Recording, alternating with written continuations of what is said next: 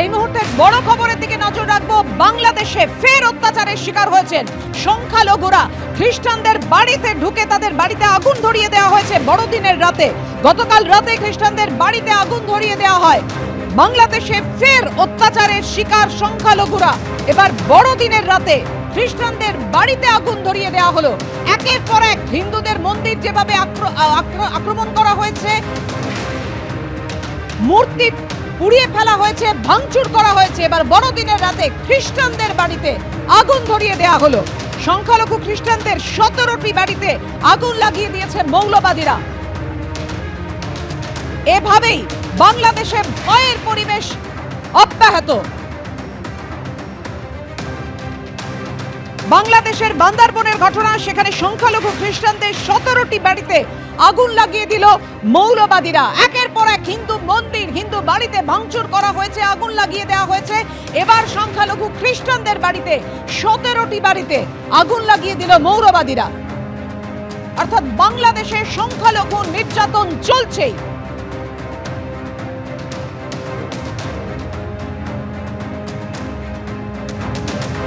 বাংলাদেশে ফের অত্যাচারের শিকার সংখ্যালঘুরা। বড়দিনের রাতে খ্রিস্টানদের বাড়িতে আগুন ধরিয়ে দেওয়া হয় বান্দারবনে। সংখ্যালঘু খ্রিস্টানদের 17টি বাড়িতে আগুন লাগিয়ে দেয় মৌলবাদীরা। বাংলাদেশের বান্দারবনে আক্রান্ত সংখ্যালঘু খ্রিস্টানরা একের পর এক হিন্দুদের লক্ষ্য করে যেভাবে আক্রমণ এবং উস্কানিমূলক মন্তব্য চলছে, এবার বড়দিনের রাতে খ্রিস্টানদের বাড়িতে আগুন ধরিয়ে দেওয়া হলো। বড়দিনের উৎসব চলছিল, সেই সময় হামলার ঘটনা ঘটে এবং 17টি বাড়িতে আগুন ধরিয়ে দেয় মৌলবাদীরা।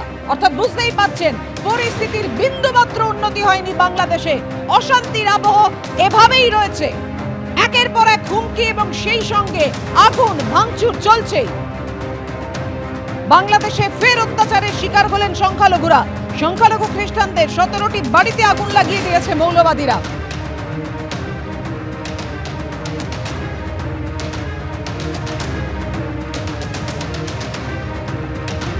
যেভাবে অগাস্টের মাঝামাঝি একেবারে ইউনূস সরকারের, অন্তর্বর্তী ইউনূস সরকারের সময় থেকে যে অত্যাচার শুরু হয় সংখ্যালঘুদের ওপর, হিন্দুদের ওপর যেভাবে আক্রমণ শুরু হয়, একের পর এক মন্দির ভাঙচুর করা হয়, একের পর এক উস্কানিমূলক মন্তব্য। আর সেই আবহে গতকাল বড়দিনের উৎসব চলছিল এবং সেই উৎসব চলাকালীন 17টি বাড়িতে, 17টি খ্রিস্টানদের বাড়িতে আগুন লাগিয়ে দিল মৌলবাদীরা। অর্থাৎ ফের অত্যাচারের শিকার সংখ্যালঘুরা বাংলাদেশে। অশান্তি থামার কোনো লক্ষণই নেই।